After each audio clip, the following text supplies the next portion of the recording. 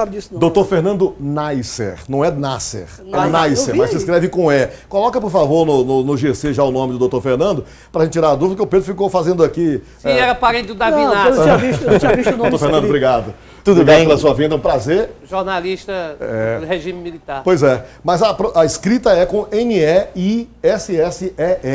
É isso. E a pronúncia é Neisser. Dr. Fernando Neisser, além de estar lançando um livro que tem um título bastante instigador, que é Crime e Mentira na Política, Dr. Fernando Gaspar Neisser. É bom. Só pelo título a gente já fica numa É curiosidade bom, fica com danada. vontade de ler. Não é? Dá vontade de ler, não. Mas ele está em Teresina também para proferir uma palestra interessante que trata justamente sobre essa questão eleitoral num momento importante. Vamos saber dele então. Vai ver do TRE? Vai ver? Não, aí que está. Daqui a pouco vamos explicar. Não tem nada a ver com um órgão mais direto ou oficial. É um movimento de advogados e tudo, que é uma coisa brilhante. Quer dizer, essa iniciativa que se toma para melhorar o grau de conhecimento, de informação da sociedade, do eleitor principalmente. Doutor Fernando, a sua vinda ao Piauí, essa palestra, com certeza um momento mais do que oportuno. Qual é a temática? E o senhor pode, mesmo que superficialmente, trazer para a gente pontos do que o senhor trata nessa palestra que o senhor vai proferir? Boa tarde. Boa tarde, Tony. Boa tarde, Feitosa, Pedro, todos os telespectadores aqui da Antena 10.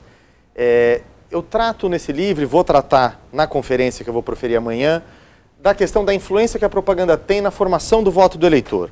Então, a gente presume, naturalmente, que o eleitor ele ouve alguma coisa que o político fala, acredita naquilo, e se aquilo é uma mentira, a Justiça Eleitoral precisa estar em cima para proteger o eleitor dele mesmo.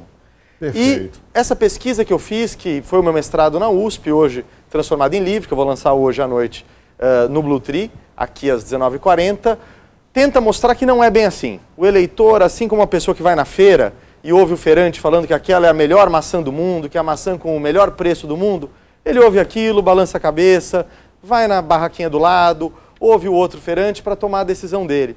O eleitor, ele sabe, ainda que instintivamente, separar aquilo que o político diz do que é verdade e do que é mentira. Isso em regra. Pesquisas mostram que entre 90% e 95% das pessoas simplesmente não acreditam na propaganda eleitoral. É muito diferente quando essa propaganda vem travestida como um jornal, vem travestida como uma rádio do interior, às vezes que está na mão de um político, aí sim tem uma influência muito maior. Mas aquilo que está na propaganda eleitoral institucional, que parece propaganda, tem cara de propaganda, aquilo influencia muito pouco. Mas a lei eleitoral vem sendo cada vez mais restritiva ao modelo dessa propaganda eleitoral nos veículos de comunicação eletrônicos, principalmente, que são as chamadas trucagens, os efeitos especiais, quer dizer, toda aquela maquiagem feita em cima do candidato. O senhor não acha que isso já, por si só, já é suficiente, o que já vem sendo feito? Eu acho que isso é demais. Na verdade, eu faço uma crítica a esse excesso de controle. A propaganda perfeito. Ela precisa ser mais solta. Perfeito. A propaganda política ela precisa ser mais solta. A gente precisa entender que quando um candidato faz a propaganda negativa, ele faz a crítica, ele bate num adversário, algumas pessoas não gostam muito, acham que isso não é a melhor forma de propaganda, mas isso é informação que chega no eleitor. Se eu só posso falar bem de mim, você só pode falar bem de você, e é um candidato adversário, o eleitor vai ter que decidir com metade da informação. É melhor uma campanha mais livre, onde os candidatos possam falar mais, e o eleitor vai ter mais informação. Cabe a ele, eleitor, a primeira responsabilidade, e cabe à sociedade civil organizada, à imprensa, fazer essa separação do que é verdade e mentira. Correto. E não esperar... Do que é execuível, né? Do que é execuível. Às vezes eu vou fazer isso, vou fazer aquilo mais, e de verdade você olha e não vai conseguir fazer, não é? Essa tarefa jamais pode estar na mão da Justiça Eleitoral. Ela não tem meios para fazer essa seleção, ela tem os vieses dela, ela não tem tempo para fazer isso.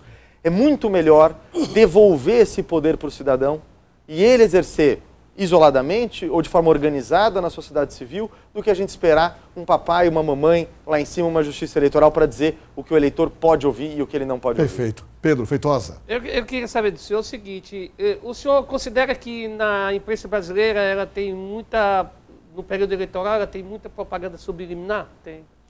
Eu acho que já teve mais. Eu acho que a multiplicidade da imprensa, conforme vão aumentando as fontes de informação, conforme a internet vai penetrando cada vez mais na sociedade, vai tendo mais acesso, eu acho que reduz o poder de um único polo de informação, de uma única rede, de um único grupo de informação. Ainda existe força, ainda existe propaganda subliminar, mas eu acho que hoje ela é menor. Só pedindo perdão aqui o Pedro, me diga uma coisa, o senhor acha que Nesse processo de impeachment da presidente, a imprensa influenciou? Acredito que sim. Acredito que sim. Mas não de, que de tenha... uma maneira tendenciosa ou de uma maneira esclarecedora? Eu acho que fez as duas coisas. Eu sou de São Paulo, eu não sei como atua a imprensa aqui no Piauí. Em São Paulo, claramente a imprensa tem lado, e não acho que isso em si seja negativo. Todos temos lado. Isso é editorializado e precisa estar dito no editorial. Como os jornais, os grandes jornais se posicionam, não me parece absurdo que também a imprensa televisiva, a imprensa de rádio se posicione com relação a um assunto como impeachment. Mas que houve posicionamento, não acho difícil dizer que não houve. Por qual caminho o senhor acha que o eleitor pode, por exemplo, levantar questionamentos, dúvidas sobre um enunciado de um candidato, sobre aquilo que ele pretende fazer, ou sobre uma crítica que ele tenha feito sobre o seu oponente? Qual é o instrumento que ele pode usar, já que ele não tem acesso tão direto aos veículos de comunicação convencionais, os debates, quando são realizados, já têm as próprias restrições estabelecidas, ele fica meio que impedido de poder manifestar. Como é que o senhor vê? Esse me parece, Tony, o próximo passo. Perfeito. Nos Estados Unidos já existe há coisa de 10 anos um tipo de entidade ligada à imprensa e ligada às universidades, que eles chamam de entidades de fact-checking, entidades de verificação factual. Perfeito. Que pegam tudo aquilo que os candidatos dizem, as propagandas que são lançadas, e fazem a verificação. Essa propaganda é exequível, essa proposta é possível de ser realizada, isso que ele disse é verdade, isso aconteceu, isso não aconteceu, e divulgam isso para o eleitorado, aumentando essa informação. Eu acho que no Brasil nós estamos na fase de começar essas entidades. Já existem algumas ainda incipientes, ainda começando o seu trabalho, e acho que é o próximo passo para a gente poder tirar isso dos ombros da justiça eleitoral e jogar para a sociedade civil. Perfeito. Pedro? Eu estou vendo o título do livro, Crime e Mentira na Política, né? Crime e Mentira na Política. E o senhor até colocou aí uma passagem do livro do professor Nelson Hungria, que diz que é cético com relação aos fatos dos políticos. E o senhor disse aí que 95% da população não acredita no que veio, no que houve dos políticos da televisão. Na propaganda oficial. Professor, no impeachment, houve realmente crime e houve mentira? Há um contexto no meio disso aí? É difícil essa pergunta, Pedro, porque o crime no impeachment ele é definido pelo que o Congresso acha que é crime. Assim é a lei do impeachment. É uma área política, né? Porque é um julgamento político. Se o Congresso Nacional disser que um determinado presidente, ou se uma Câmara dos Vereadores disser que um determinado prefeito colocou uma camiseta azul, e isso quebra o decoro e a dignidade do cargo, e por conta disso tem que caçar esse prefeito, não pode a justiça desdizer e falar o contrário. Falar, não, colocar a camiseta azul não quebra o decoro e a dignidade. Até porque o impeachment, primeiro alguém propõe, um cidadão comum pode, inclusive, né? Aí ou a Câmara acolhe ou não acolhe. Quer dizer, a acolhida ou não acolhida é um ato político. Minha pergunta é por isso. O golpe é uma lorota, é uma mentira? Ou ele existiu? Eu acho difícil falar em golpe, porque, querendo ou não, está previsto na lei. É óbvio que a defesa da presidente Dilma diz que isso já aconteceu em diversos outros governos. Foi a derrubada, decorreu muito do esfacelamento da base política dela. É óbvio, não propriamente daquelas pedaladas fiscais, mas dizer que é golpe me parece um exagero. Doutor Fernando, eu vou voltar à propaganda eleitoral, que eu acho que é um pouco o foco do que a gente precisa mais tratar aqui, levando em consideração de que é um instrumento hoje ainda muito forte. Né? E que toda vez que tem as decisões da Justiça Eleitoral de restritivas, observâncias a determinados pontos, claro, existem os marqueteiros, existem os profissionais que vão buscando mecanismos de burlar. Não diria burlar, agora eu vou também ser... Né? Driblar! Driblar, um caminho. Então, se a gente pega determinados candidatos, a gente vê eles na propaganda eleitoral, eles são uma coisa. Quando você os vê no dia a dia, em carne e osso, uma coisa bem diferente. Nos debates, Deus me acuda. Né? Aí que você vê mesmo a máscara cair. Então aquilo lá é o que a gente pode chamar de mentira, a propaganda eleitoral? Antônio, ao contrário, acho que da média das pessoas, eu sou um defensor do marketing eleitoral. Eu tenho visto. E eu digo para o senhor que eu também sou. Mas eu estou aqui no papel mesmo de fazer. Eu gosto da... E sou pelo seguinte.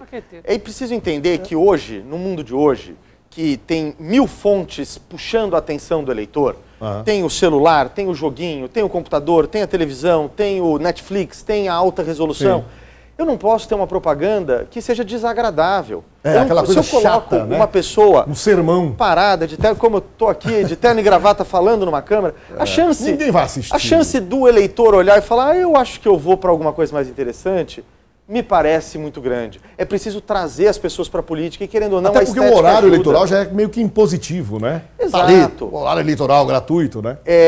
Eu não acredito, Tony, que o marketing eleitoral consiga criar esses mitos que a gente acha. Ele tem um efeito, é óbvio que tem, se não tivesse, as pessoas não pagariam para esse serviço. Mas o que me preocupa... Aqui uma contestaçãozinha ao senhor. Na campanha presidencial, foi evidente a desconstrução da candidatura de Marina Silva pelo marketing eleitoral. Que também faz isso. O marketing eleitoral, Feitosa, que me permita, ele tem os dois papéis. Ele trabalha na construção da imagem e ele trabalha na desconstrução, né? Usando os artifícios, né? Eu não acho que a propaganda negativa, volto a dizer, ela seja ruim para o eleitor. O eleitor, ele ouve mais informações. Se aquilo for absolutamente falso, se aquelas informações, toda a imprensa analisando, falar que aquilo é falso, que aquilo não se sustenta, isso se volta contra o candidato que usa o ataque. Podemos concluir que o senhor deseja e busca, e talvez esteja trabalhando no sentido de ver com que o eleitor esteja mais preparado para fazer essa análise, é isso? Tony, o eleitor, ele precisa trazer para o ombro dele essa responsabilidade. Quando o eleitor olha a tela azul da Justiça Eleitoral, dizendo que uma determinada propaganda foi retirada do ar, aquilo passa uma mensagem. Primeira, óbvia, de que aquela propaganda era ruim, era negativa, era falsa e foi retirada do ar. Mas passa outra, que não deveria passar, de que tem alguém selecionando essa propaganda e que não é ele eleitor. Passa outra ainda, que se aquela propaganda foi retirada do ar, as outras devem ser verdadeiras. E não é bem isso, porque as outras propagandas estão naquele campo cinzento entre a verdade e a mentira que a Justiça Eleitoral não consegue tirar.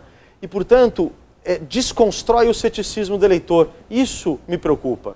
É melhor o eleitor assistir todas as propagandas com o pé atrás do que ele acreditar que alguém está fazendo essa seleção para ele.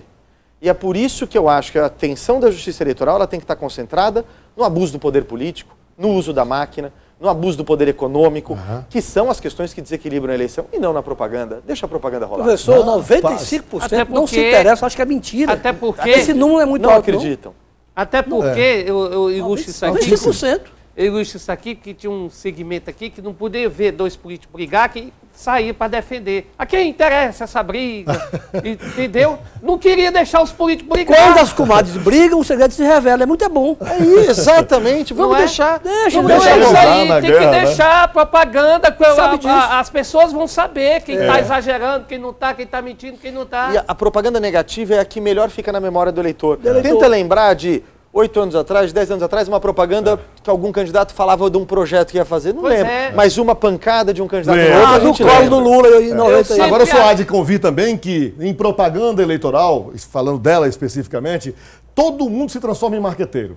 Quando é no ato da propaganda eleitoral, os políticos viram marqueteiro. Não, porque eu sou bom de marketing. Porque eu entendo, então eu queria dar uma dica de falar isso aqui. Não, porque eu tenho experiência, eu já ganhei tantas eleições, né? Se tiver poder, então... Ah, meu amigo, aí vem aqueles gatos Ele não pingados diz que nem que é rodeiam, bom, não, dando hein? pitaco, né? Muda isso, eu não gostei dessa cor, muda aquilo lá, esse enquadramento tá ruim e tal. Aí você vê realmente uma colcha de retalhos que muitas vezes Aí entre as esposas, entre os filhos...